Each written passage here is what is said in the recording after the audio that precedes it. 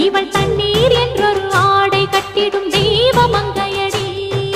தையம் தீயம் தக்கு தீயம் தக்கு தையம் தீயம் தக்கு தீயம் தக்கு தையம் தீயம் தக்கு தீயம் தக்கு தையம்